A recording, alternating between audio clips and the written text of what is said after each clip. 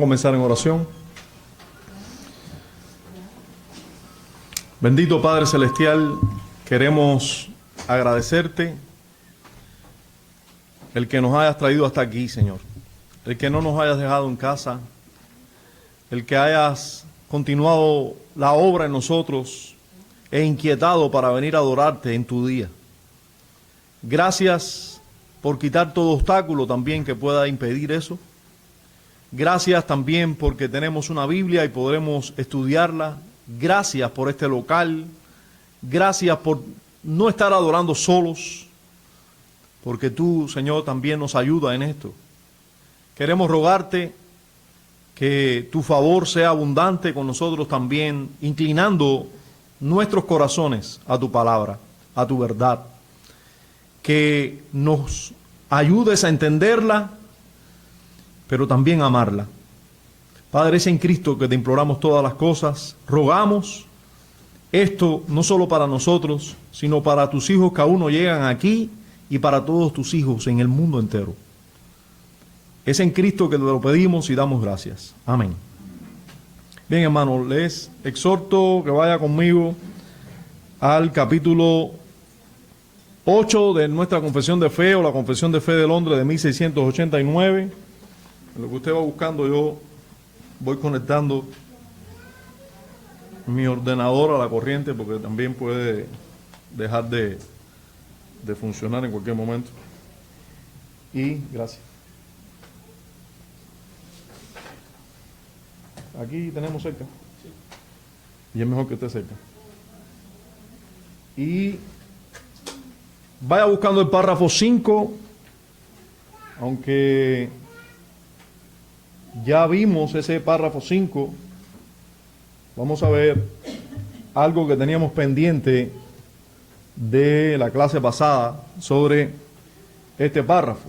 Entonces, les voy a pedir que lea conmigo este párrafo en su confesión de fe, aunque lo tenemos aquí delante también. Dice: el Señor Jesús, por su perfecta obediencia y el sacrificio de sí mismo, que ofreció a Dios una sola vez a través del Espíritu Eterno, ha satisfecho plenamente la justicia de Dios, ha conseguido la reconciliación y ha comprado una herencia eterna en el reino de los cielos para todos aquellos que el Padre le ha dado.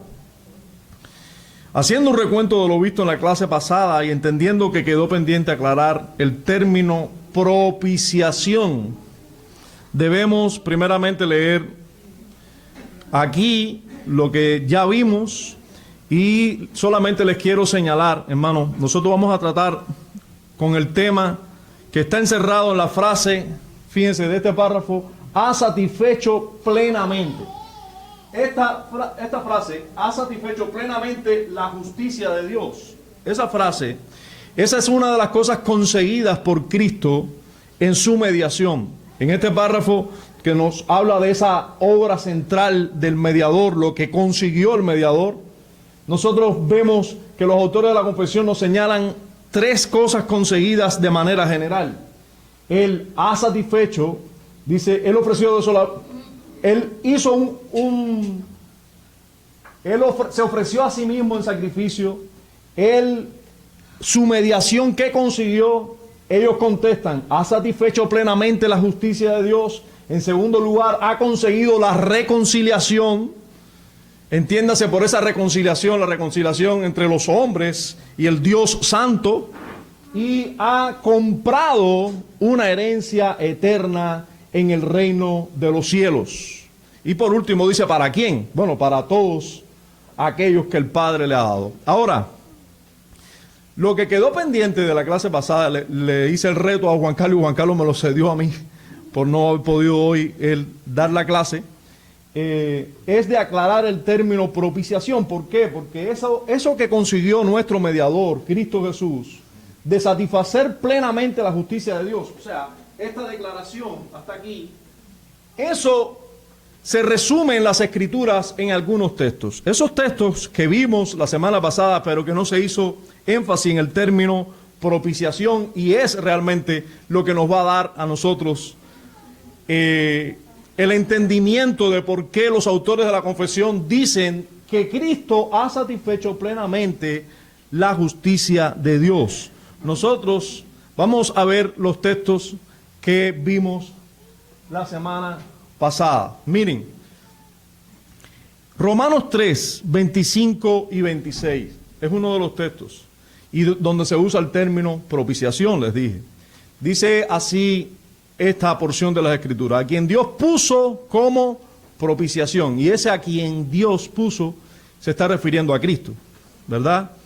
A su Hijo eterno, a la segunda persona de la Trinidad, a el Verbo encarnado, a quien Dios puso como propiciación por medio de la fe en su sangre, o sea, en su muerte expiatoria, para manifestar su justicia, la justicia de Dios, a causa de haber pasado por alto en su paciencia los pecados pasados, con la mira de manifestar en este tiempo su justicia, a fin de que Él sea el justo y también el que justifica al que es de la fe de Jesús. Ahora, tenga en mente ese texto y vamos a incluir otros textos más que nos hablan del mismo término. Dice Hebreos capítulo 2, versículo 17, por el cual debía ser en todo semejante, y está hablando de Cristo también, en todo semejante a sus hermanos. ¿Quiénes son los hermanos de Cristo? Nosotros hoy, o digo nosotros, los que hemos nacido de nuevo. No todos los que estamos aquí, no todos los hombres. Los que hemos nacido de nuevo, los que nos hemos arrepentido de nuestros pecados y creído en Jesús como nuestro único y suficiente Salvador, los que hemos mirado a Él y le amamos a Él más que a nosotros mismos.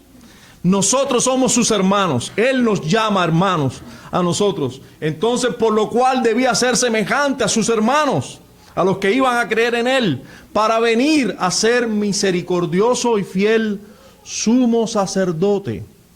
Y indudablemente tenemos que pensar en el sacerdocio hebreo, judaico, ¿verdad? Tenemos que pensar, nos hace mirar las Escrituras en el Nuevo Testamento constantemente al Antiguo, ¿verdad?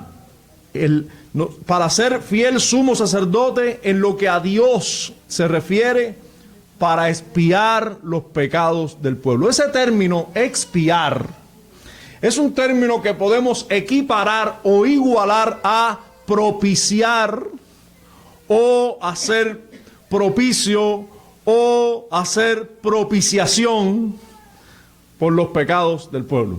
Por eso es que es incluso la raíz de la palabra es la misma en griego.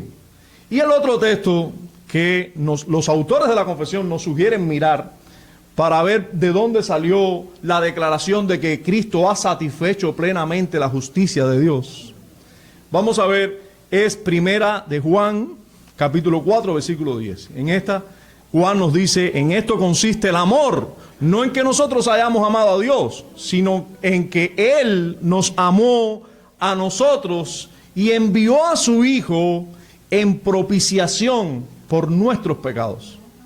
En propiciación por nuestros pecados. ¿Qué quiere decir eso de en propiciación por nuestros pecados? ¿Qué quiere decir, como decíamos en el verso de Romanos, que Dios puso como propiciación a Cristo? ¿Qué quiere decir eso? Bueno, precisamente eso es lo que nos va a ocupar en los siguientes minutos. El término propiciación, un diccionario bíblico del griego al español, nos dice que esto quiere decir, el término quiere decir en propiedad. Propiciación es la acción de apagar la ira de alguien mediante una ofrenda. Sigue diciendo, el Nuevo Testamento comunica la idea por el uso de ilaskomai, y ese término, ilasterión, ilaskomai, ilasmos, ese término, la palabra principal en el Antiguo Testamento es kiper, que véase también expiación, o sea, es lo mismo, similar a expiar, generalmente traducida en la Septuaginta, así se traduce o se reduce el término por exilaskomai. Ahora, fuera de la Biblia, estas palabras griegas pertenecen sin duda a un grupo de palabras cuyo significado es aplacar la ira. ¿Quieren mirar un momentico aquí? El último verso que vimos dice, y Él envió a su Hijo en propiciación por nuestros pecados. Si traducimos propiciación por aplacar la ira, ¿qué decimos? Envió a su Hijo para aplacar su ira por nuestros pecados. Aplacar su ira por nuestros pecados. ¿Qué nos dice la confesión de fe? La confesión de fe nos dice en el 5º párrafo, nos dice que Él ha satisfecho plenamente la justicia de Dios. ¿Por qué? Porque aplacó su ira completamente. Ha satisfecho la justicia divina. ¿Qué es lo que demanda la justicia? ¿Qué es lo que demanda la justicia? Miren, hermano, la justicia demanda un castigo por una desobediencia. La justicia demanda un castigo que sea correspondiente con lo transgredido. Si usted se roba un bolígrafo, usted tiene, Lucas, ¿qué edad tiene Lucas? ¿Qué edad tiene Lucas? ¿Qué edad tiene Lucas? 5 años. Si usted tiene 5 años y se roba un bolígrafo, toma un bolígrafo prestado porque le llamó la atención en casa de su amiguito y llegó a su casa y su mamá le dice, ¿de dónde sacó el bolígrafo? Y Lucas se queda calladito y no quiere decir nada. La mamá le dice, si no me dices de dónde sacaste el bolígrafo, voy a salir a averiguarlo y cuando lo encuentre el dueño del bolígrafo, te voy a dar 3 nalgadas. Lucas seguro va a decir, es de casa de... es de mi primito. Va a decir enseguida. Ahora, nadie esperaría que la madre de Lucas o el padre le digan, si tú no me dices de dónde sacaste el bolígrafo, yo te voy a dar 3 piñazos, 2 nalgadas y luego te voy a cortar una mano. ¿Verdad? Porque el castigo sobrepasa la infracción. Ser justo implica castigar aquello que debe ser castigado de acuerdo a lo que se cometió.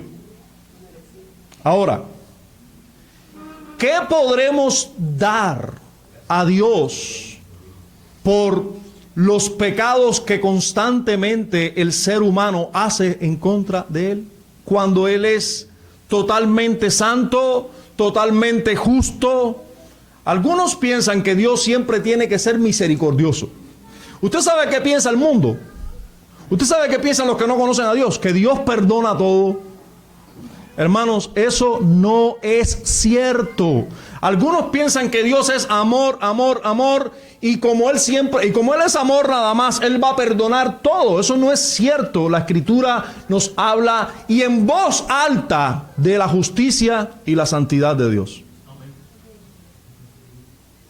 Hermanos, nada que haga el ser humano aplaca la ira de Dios contra nuestros pecados. ¿Cómo yo pudiera explicarle a usted que Dios tiene todo el derecho para reclamar una obediencia perfecta de cada uno de nosotros? Hermanos, Dios nos hizo a nosotros, nos dio su imagen para que nosotros fuéramos su imagen en este mundo y nosotros hemos hecho todo lo contrario a aportar la imagen de Dios. Nosotros deberíamos respirar para la gloria de Dios. Nosotros deberíamos llenar nuestros pensamientos, corazones, todo de Dios. Pero nosotros hemos decidido vivir para nosotros. El Dios más grande que tenemos somos nosotros mismos. Nuestros pecados son grandísimos y horribles delante de Dios. Lo único que aplaca la ira de Dios contra nosotros debe ser un sacrificio muy alto de alguien muy alto, ningún ser humano lo puede hacer. Por eso el Hijo, y solo el Hijo, es la propiciación o quien aplaca la ira de Dios en contra de nuestros pecados. Solo Él es propiciación por todos nosotros. Él ha satisfecho plenamente la justicia de Dios. Ha satisfecho plenamente la ira de Dios. Bendito sea Dios por eso. Bendito sea Dios por eso. Yo les traigo un concepto más. En este caso, del doctor Waldron, quien dijo, ¿qué hace frente a la expiación? ¿Qué hace frente a la expiación a las demandas? ¿Cómo hace frente la expiación a las demandas de la justicia de Dios? ¿Cómo hace frente la expiación a las demandas de la justicia de Dios? Fíjense cómo él contesta. Propicia a Dios. Esta palabra se utiliza como descripción de la expiación, dice él. Significa aplacar, significa pacificar, apaciguar o conciliar. Dios está airado, Cristo apacigua su ira. Él satisface la justicia de Dios, como afirma el párrafo 5 de este capítulo. Eso lo dice Waldron en su exposición a la confesión de fe. La palabra propiciatorio o propiciación nos recuerda un utensilio en el tabernáculo. Recuerden que Dios se ha manifestado a través de toda la historia, a través de pactos, y cómo Él progresivamente ha ido revelando el pacto de gracia hasta la consumación en Cristo de ese pacto. Bueno, a través de los tiempos, en el tiempo de Moisés, Dios hizo que construyeran un tabernáculo. Él se manifestó en el lugar santísimo de ese tabernáculo. Y dentro del tabernáculo, en el lugar santísimo, había solo un, ¿cómo llamarle? Un mueble, gracias. Solo un mueble. Un mueble compuesto de 2 piezas. Podemos llamar a esto solamente como el arca del pacto, pero algunos hacen separación entre lo que era el arca y lo que era la cubierta del arca. Esa cubierta es el propiciatorio. Para que ustedes entiendan, esto es una imagen probable, parecida a lo que fue el arca del pacto, lo que estaba dentro del lugar santísimo. Y esta cubierta, o la tapa, con 2 querubines con alas levantadas, mirando hacia la cubierta, toda esta tapa que era sólida, y estos querubines estaban incluidos en la tapa. Esta tapa se le llama propiciatorio. Ese propiciatorio era quien cubría lo que había dentro del arca. Lo que estaba dentro del arca eran las tablas de piedra escritas por el dedo de Dios y la vara de Aarón, ¿verdad? Y una porción de maná de que Dios proveyó por tanto tiempo en el desierto. Ahora, el asunto de que es primordialmente de que en esta arca Dios se manifestaba especialmente, la presencia de Dios estaba allí, en el lugar santísimo y especialmente en el arca. De tal manera era la presencia de Dios allí que mientras el pueblo de Israel andaba por el desierto y Dios con ellos, nadie podía entrar al lugar santísimo, porque si entraba, moría. Porque allí estaba la presencia de Dios. ¿Y cómo está? ¿Y cómo es Dios y cómo es el hombre? Dios es santo y el hombre es pecador. Y sucede que si alguien entraba allí, iba a morir remisiblemente. Solo podía entrar una persona, el sumo sacerdote israelita, pero no cualquier día, sino solo una vez al año, aquella fecha que Dios había determinado, y nunca con las manos vacías, sino con sangre sangre de un cordero que había sido muerto por sus propios pecados y también por los del pueblo. Allí entraba al lugar santísimo una sola vez al año el sumo sacerdote, después de haberse limpiado él con todos los ritos que Dios mandaba, y luego con sangre iba y rociaba encima del propiciatorio, rociaba la sangre del cordero. Esa sangre del cordero caía encima del propiciatorio y los ángeles miraban a esa sangre. Esa sangre era la sangre del Cordero de Dios, la sangre, la única sangre que quita el pecado del mundo. Dos querubines o dos ángeles fueron los que sacaron a Adán y Eva del huerto del Edén, pero esos dos querubines tenían dos espadas en sus manos y evitaron así que tanto Adán como Eva nunca entraran al árbol de la vida. Pero bendito sea Dios que estos dos ángeles no tienen espada en sus manos y están mirando a la sangre del Cordero. La única manera de entrar a la presencia de Dios es por medio de la sangre del Cordero que esos dos ángeles están mirando.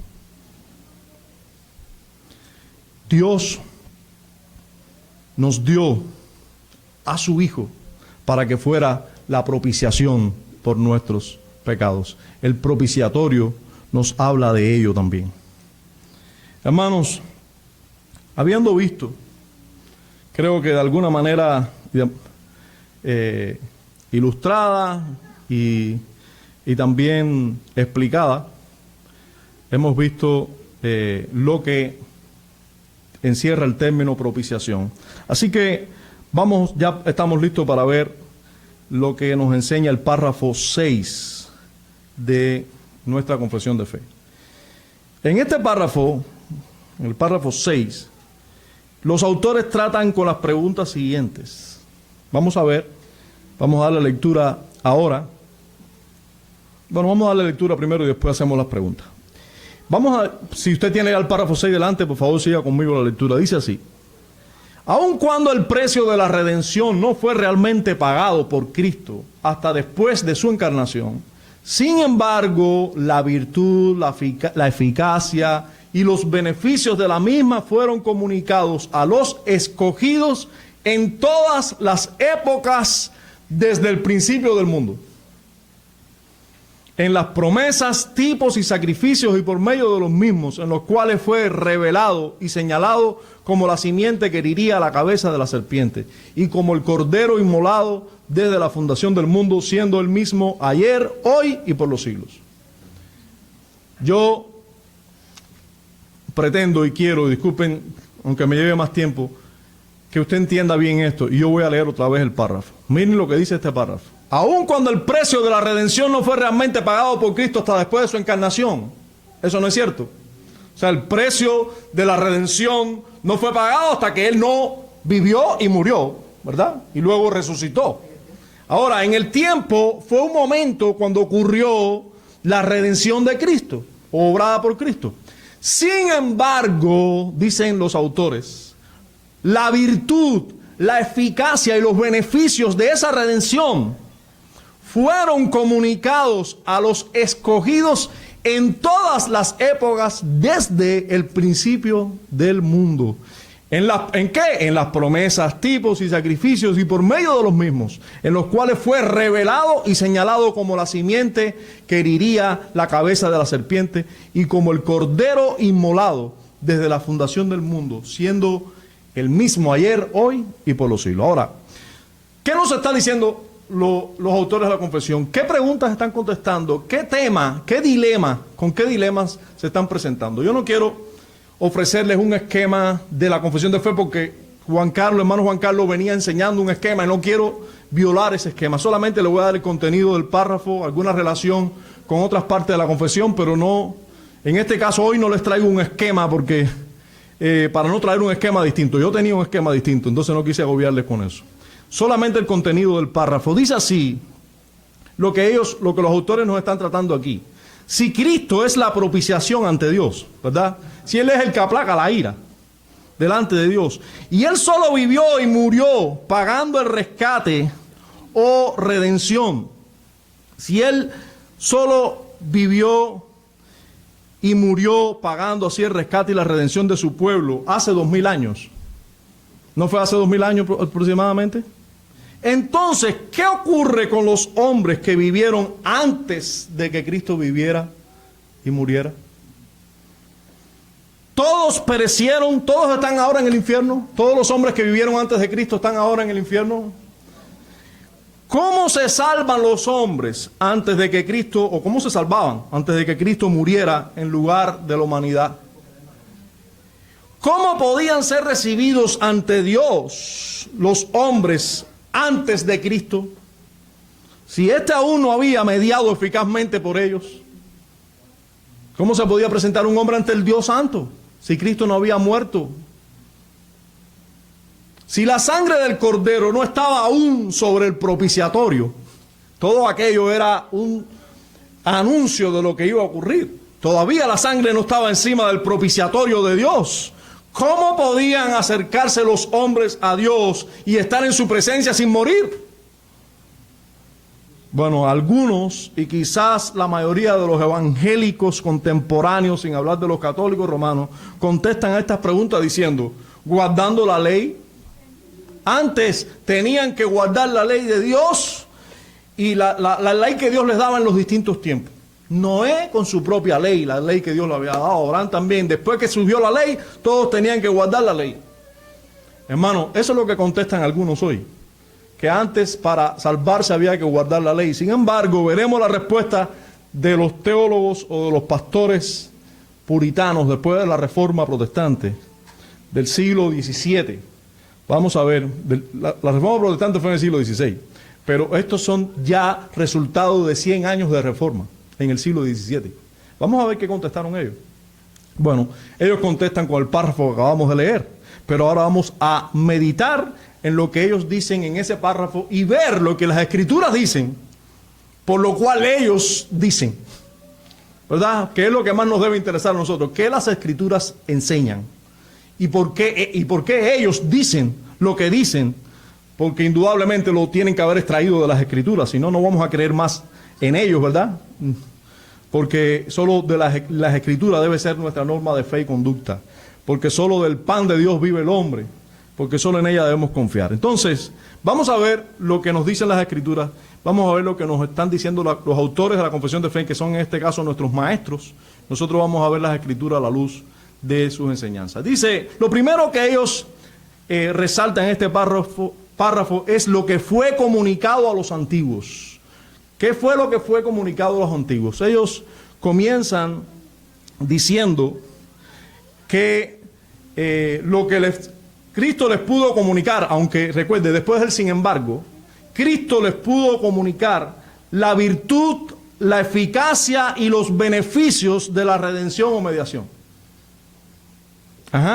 Lo que Cristo les pudo, lo que pudo comunicarse o lo que fue comunicado a los antiguos fue la virtud, la eficacia y los beneficios de la redención.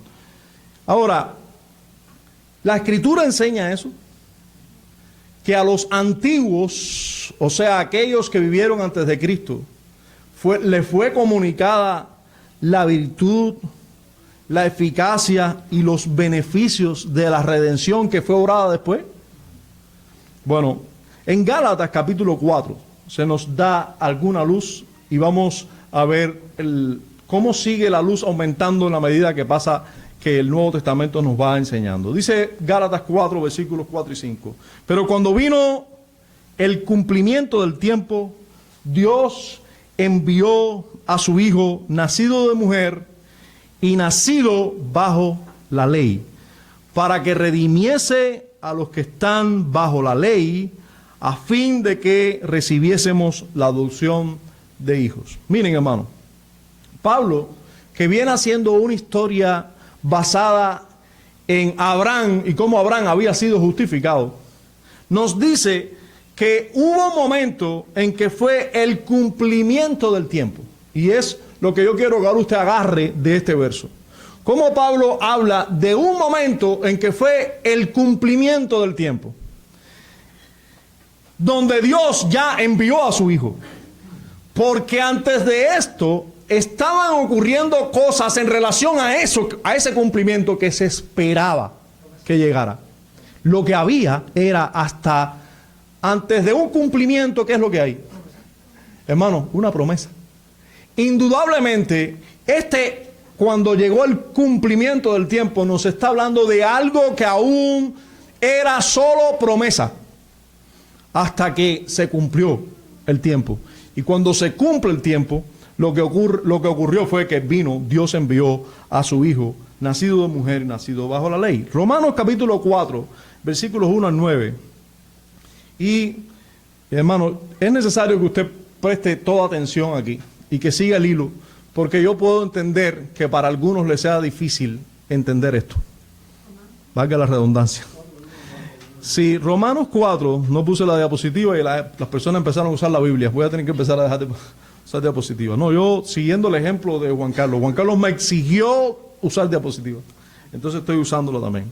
Entonces, aquí tenemos Romanos capítulo 4, versículos 1 al 9. ¿Qué pues diremos que halló Abraham, nuestro padre, según la carne? Recuerden, ¿Abraham vivió antes de Cristo o no? Muchísimo tiempo antes de Cristo, ¿verdad? Estamos hablando de mucho antes de Moisés, de David, de todos los santos del Antiguo Testamento. Bueno, Abraham, estamos hablando de donde sale Isaac y después Jacob. Entonces estamos hablando de mucho tiempo. Y después las 12 tribus de Israel. Y después, entonces, estamos hablando de uno de los primeros hombres de fe de toda la historia. Entonces, Abraham, ¿cómo fue salvo? Todavía no estaba la ley de Moisés escrita en tablas, o sea, la ley que Moisés externalizó, que Dios puso a la luz de los hombres ya en tablas de piedra, ¿verdad? Esa ley todavía estaba solo ¿dónde? En el corazón de los hombres, pero no estaba clara delante de los hombres, sino solo en su conciencia, podemos decir. Entonces allá, en aquel tiempo donde todavía no teníamos ley, el apóstol Pablo nos enseña de la fe y de la salvación que obró en la vida de Abraham. Y nos dice, ¿qué pues diremos? ¿Qué pues diremos que halló Abraham, nuestro padre según la carne? Porque si Abraham fue justificado por las obras, tiene de qué gloriarse, pero no para con Dios. Pues porque, ¿qué dice la Escritura? Creyó Abraham a Dios. Creyó Abraham a Dios y le fue contado por justicia. En otras palabras, fue justificado. En otras palabras, fue salvado. Le fue tomado eso por justicia, le fue contado por justicia y fue justificado. Fue salvado. Fue declarado justo por creer en una promesa que Dios le hizo, hermano. Eso fue lo que creyó Abraham. Solamente creyó en una promesa. Abraham no hizo nada, no obró nada para salvación. Él creyó en la promesa que Dios le hizo. Dice el versículo 4, pero al que obra no se le cuenta el salario como gracia, sino como deuda. Mas al que no obra, sino cree en aquel que justifica al impío. Solo Dios, por medio de Cristo, justifica al impío. Solo Dios, por medio de la obra de propiciación de Cristo, justifica al impío. Su fe le es contada por justicia.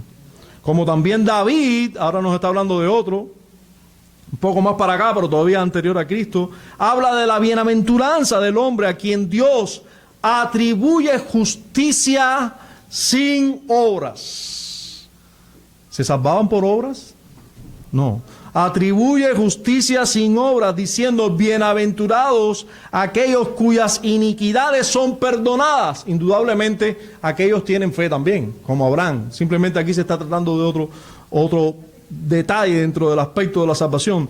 Y cuyos pecados son, ¿cómo? Cubiertos. ¿De qué le recuerda la palabra cubiertos?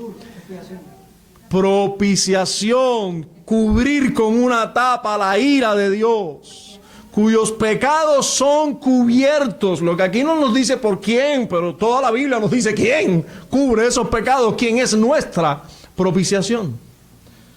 Esto nos dice el Salmo 32. Bienaventurado el varón a quien el Señor no inculpa de pecado. Y hermano, el Señor no toma a algunos y le dice, a ti no te voy a tomar en cuenta el pecado y a ti sí, pues entonces Dios sería injusto.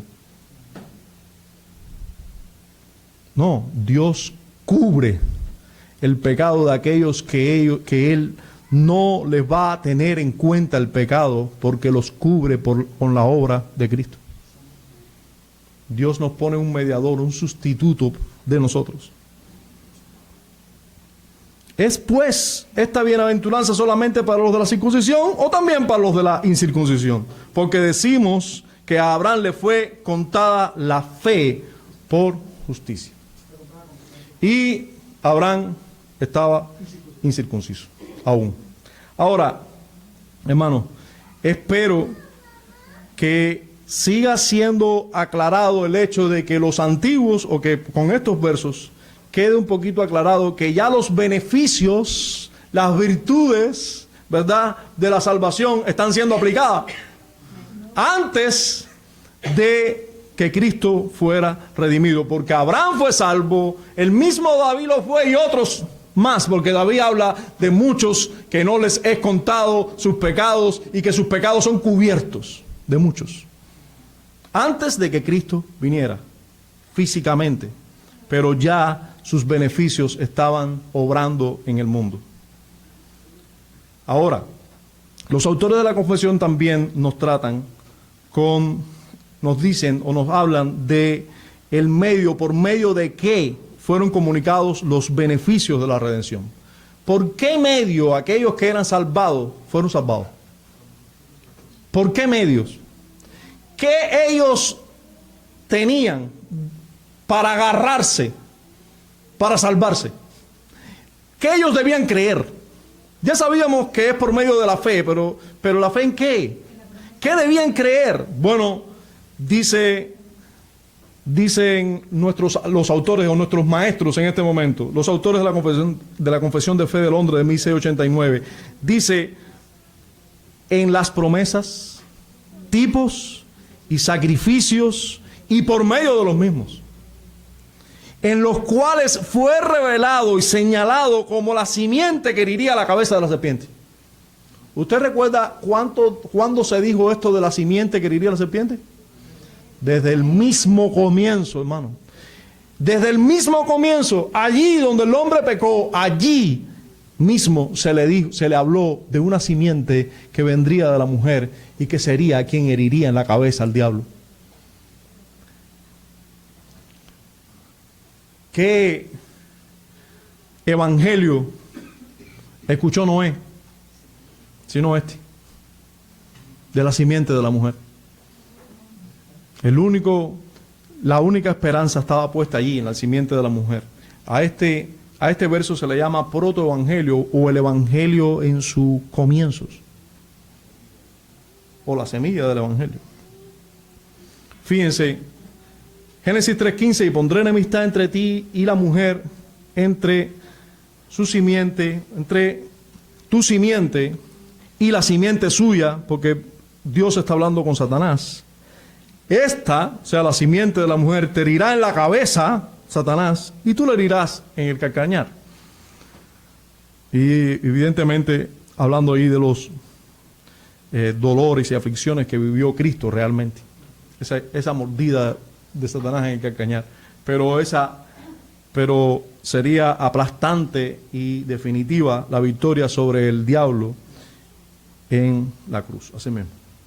Ahora, nos dice más claramente Pedro hasta qué punto los hombres en el tiempo antes de Cristo tenían promesas y tenían algo que creer. Y Pedro nos dice, hablando del mismo tema, los profetas que profetizaron de la gracia destinada a vosotros. ¿De qué profetas está hablando? Indudablemente de los profetas antiguos testamentarios, indudablemente de profetas antes de Cristo. Y Pedro nos dice, inquirieron y diligentemente indagaron. ¿En qué indagaban los profetas?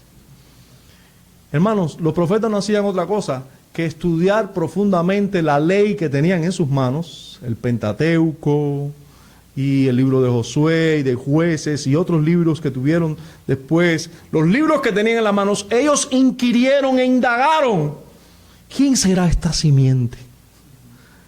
Esta simiente que después se le dice a Moisés, se le habla a Moisés de un cordero, y ese cordero debía ser inmolado. ¿Este cordero qué representará? ¿Cuándo vendrá? ¿Quién será él? Diligentemente indagaron acerca de esta salvación, la salvación que ahora la iglesia gozaba en tiempos de Pedro. Escudriñando, miren cómo dice, ¿qué persona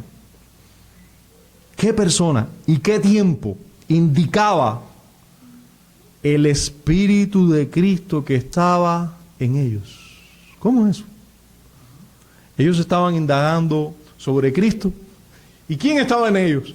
El Espíritu de Cristo. ¿Y cómo el Espíritu de Cristo podía estar en ellos? Que aún Cristo no se había encarnado.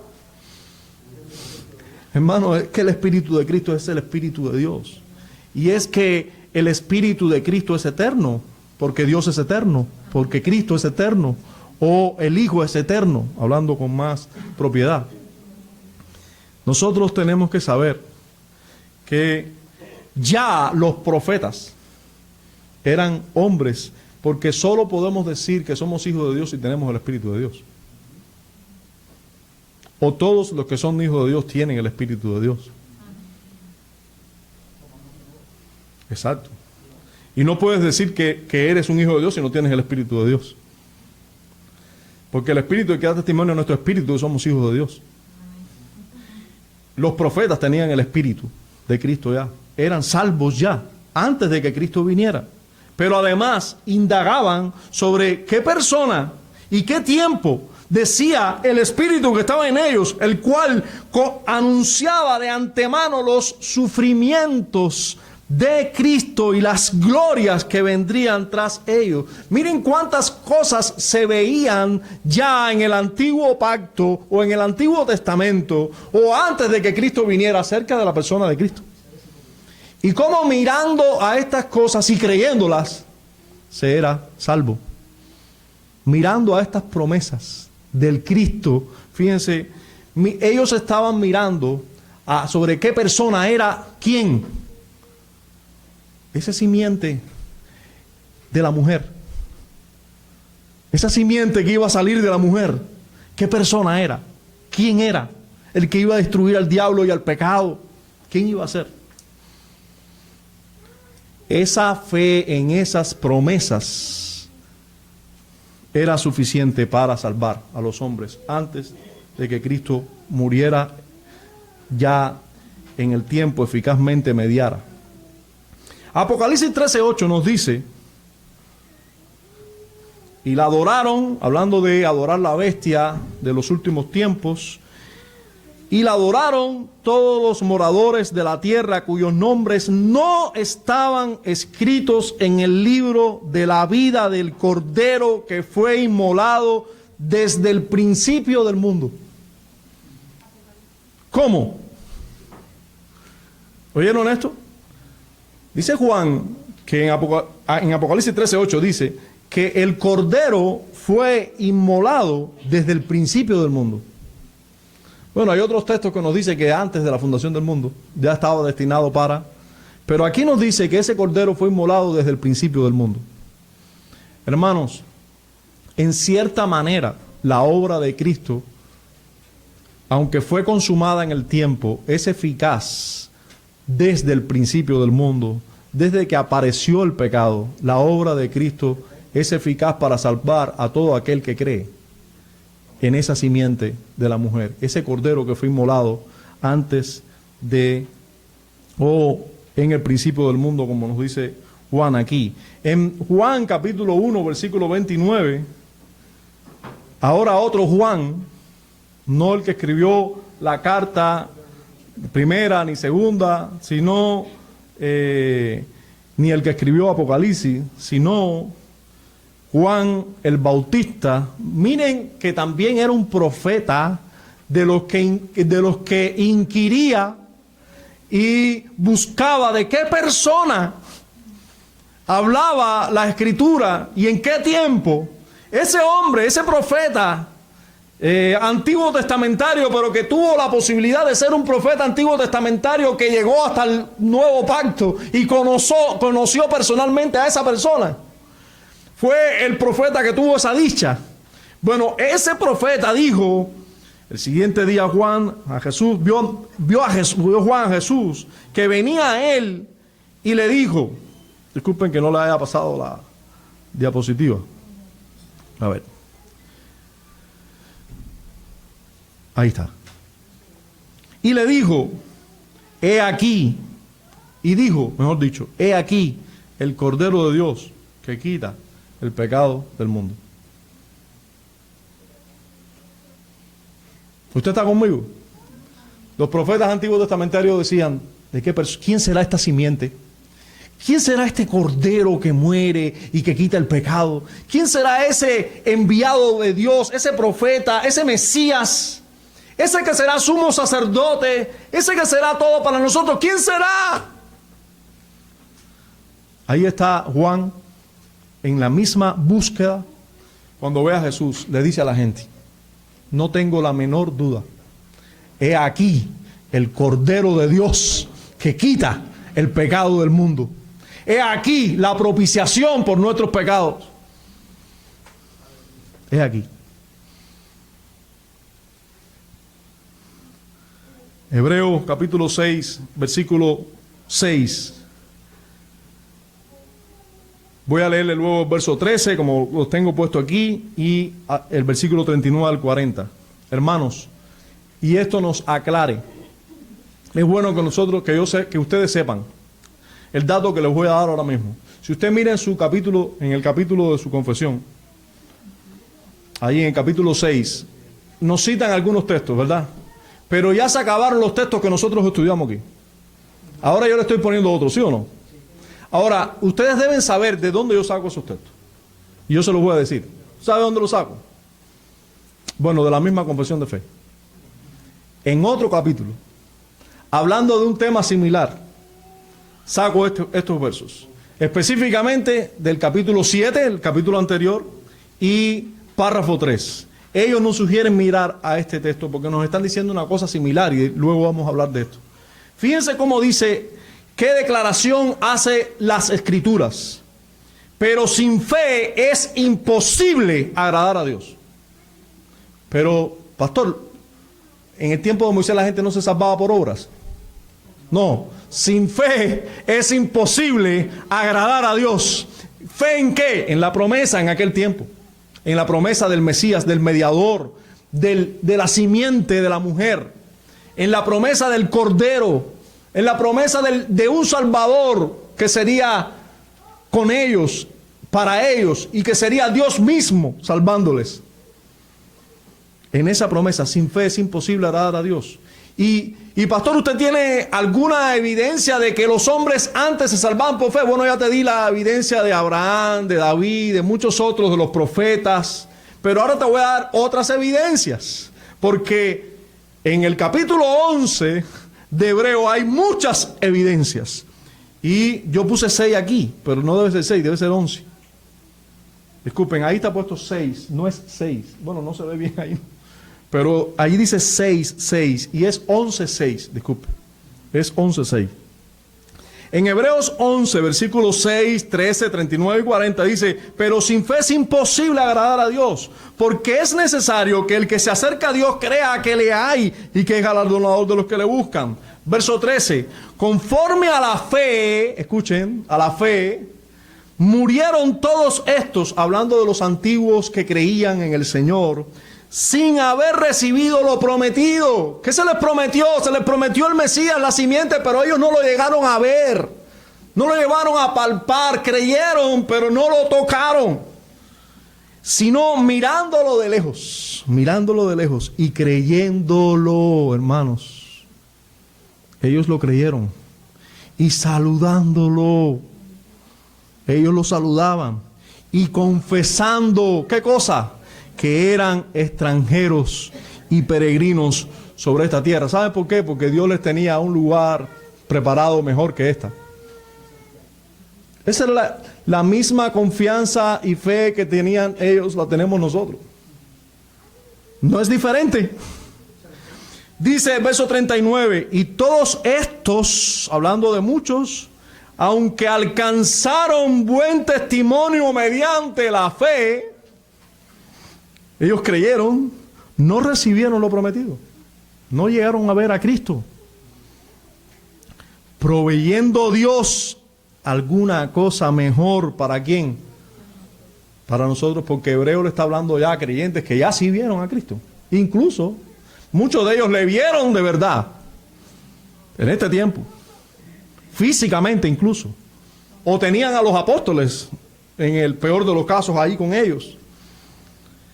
Mejor cosa para nosotros, para que no fuesen ellos perfeccionados aparte de nosotros. Hermano,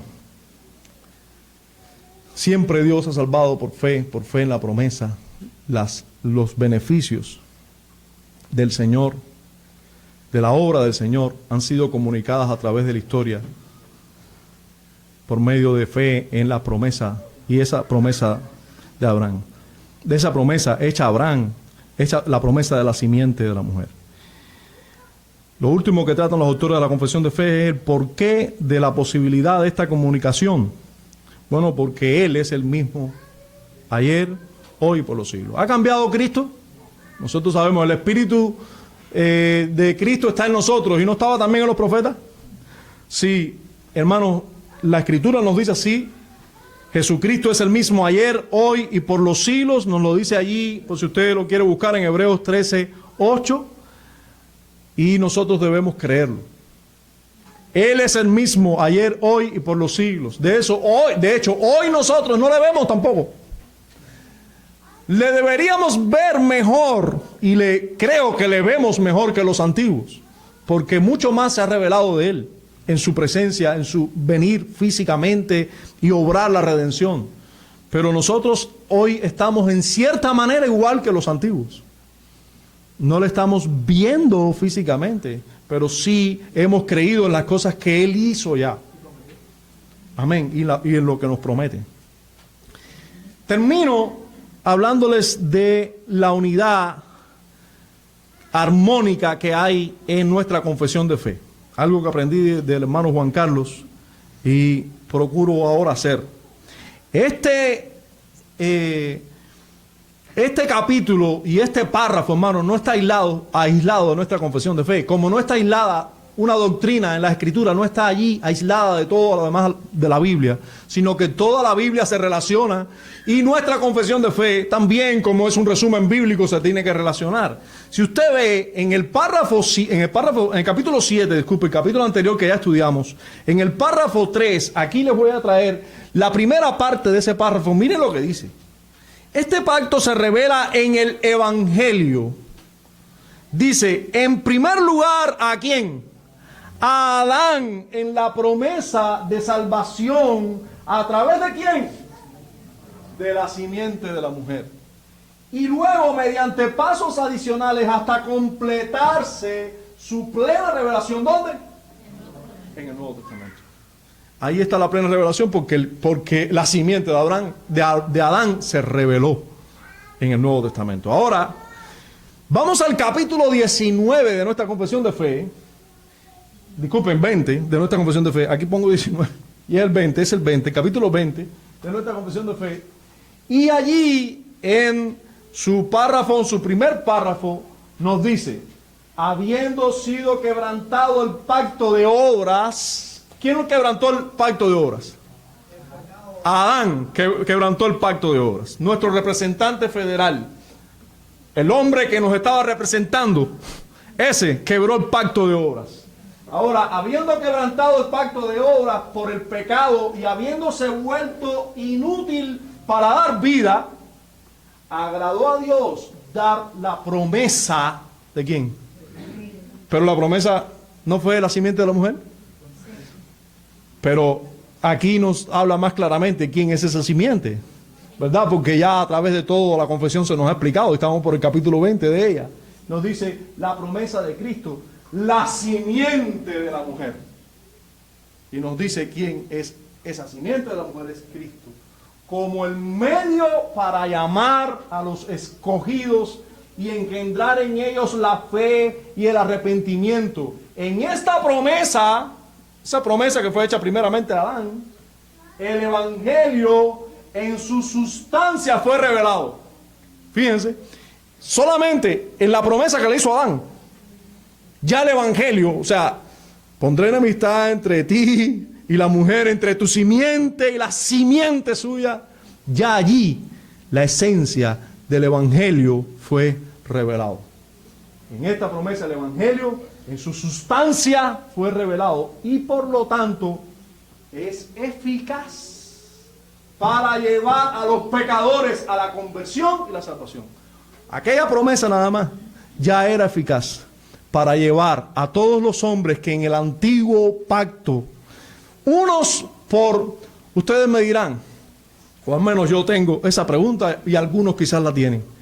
¿Qué pasó con los que vivieron antes de que fuera escrita esa revelación? Pregunta quizás un poco difícil para algunos aquí, pero fácil para otros. O que pueden entender algunos y otros no. O sea, ¿qué pasó? Nosotros sabemos que Adán vivió y de Adán a Moisés estamos hablando de muchas generaciones. Y Moisés fue el que escribió, o sea, Moisés con 80 años fue el que comenzó a escribir esta revelación, o sea, lo que sucedió con Adán. ¿Qué pasó con todas esas generaciones? Bueno, una había transmisión oral. Los hijos de Adán le comunicó a sus hijos. De sus hijos salen todos los pobladores de toda la tierra. Debieron haberlo comunicado. Hasta que a Dios le plugo revelarlo por escrito. Mientras tanto, fue revelación oral lo que tenían los hombres. Conclusión. Después de mirar un poco con atención al tema desarrollado en este párrafo, todos los presentes debemos concluir. Fíjense, todos los hombres que estén en el cielo, gozando de salvación, que gocen de comunión con Dios, con el Dios santo, 3 veces santo y justo, y que gocen de comunión con Él por la eternidad, lo hacen y lo harán gracias a los méritos de Cristo. Solo por eso. No ha habido, ni hay, ni habrá otra manera de ser salvos de la ira de Dios, sino por la fe en la simiente de la mujer, el mediador prometido por Dios, el Cordero que Dios nos ha suplido, Jesús de Nazaret. No hay otra manera.